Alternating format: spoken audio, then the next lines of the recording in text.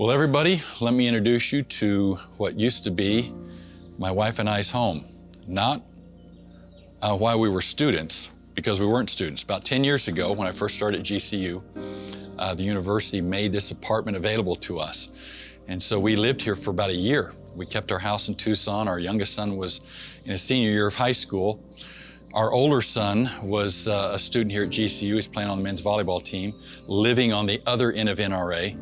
And so we lived here and had a great time using the laundromat, and Chick-fil-A wasn't here. That was a parking lot, so we parked our cars right out here, but it was great fun. We'd walk out of our apartment to use the laundromat or walk to get something to eat on campus, and we'd see students, coming and going either to class or to work or just out wandering around campus. And so it was great. We absolutely loved how we got introduced to being involved at GCU, and we had never worked in higher ed. We'd never been involved with student ministries, to be honest with you. It was brand new to us. So it was a great experience. And so we've got real fond memories of living here in NRA many years ago. But one of the things that I'm reminded about from those experiences was we would walk around and find a place to sit and eat or just chat with students that were living in these apartments. And it reminds me of Jesus when he started his public ministry. And Matthew chapter 4 records when he was walking along the Sea of Galilee. He came to a place where Peter and Andrew were fishing, and they were casting their nets from the seashore out into the surf to pull fish in. And I'm sure they knew what time of day to fish. I'm sure they knew the kind of fish that they would be catching in that location and what kind of nets they needed to use. And Jesus walked up on them and said, listen, follow me and we'll catch people. And I think Jesus was revealing to them that there was more to life than just that business, that enterprise, that they could give their lives to something much greater that involved people. So it's interesting, Jesus had some kind of conversation with Peter and Andrew that compelled them enough to leave their nets and start walking with him. And they followed him, and they came upon James and John a little bit further down the beach, who was in their boat mending their nets with their father. And some conversation happened between Jesus and those two young men, and they left their family business, their father, the nets, and started walking. And for me, I love to be outdoors. I love to walk.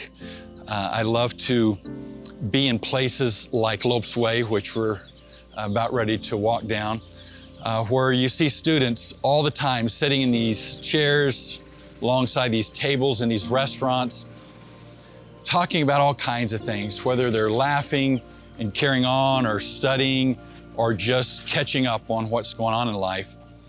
It is such a great example of the kind of environment that Jesus lived in. That was a 3-mile-per-hour world. And they had plenty of opportunities to walk and talk and learn. And Jesus invited them to take this journey with him as he was going to what he knew was his destiny, although the disciples didn't know that. But along that journey, along those 3 years that they walked with him and found themselves, I'm sure, around campfires and cities and villages, using borrowed rooms to rest, a variety of experiences that they had in those years. They saw Jesus heal people, feed people, teach them about a myriad of things, much like what we get to do here at GCU. And so I know as you're home, missing being in this place, we miss seeing you here. And hopefully soon, and very soon, you'll be back on campus again to experience life much like Jesus did, which was a slow world in which you had all kinds of opportunities to spend time with people. And I think that's what was so important about Jesus' invitation to those young men, which was to think about your life and how important it is that you invest in people.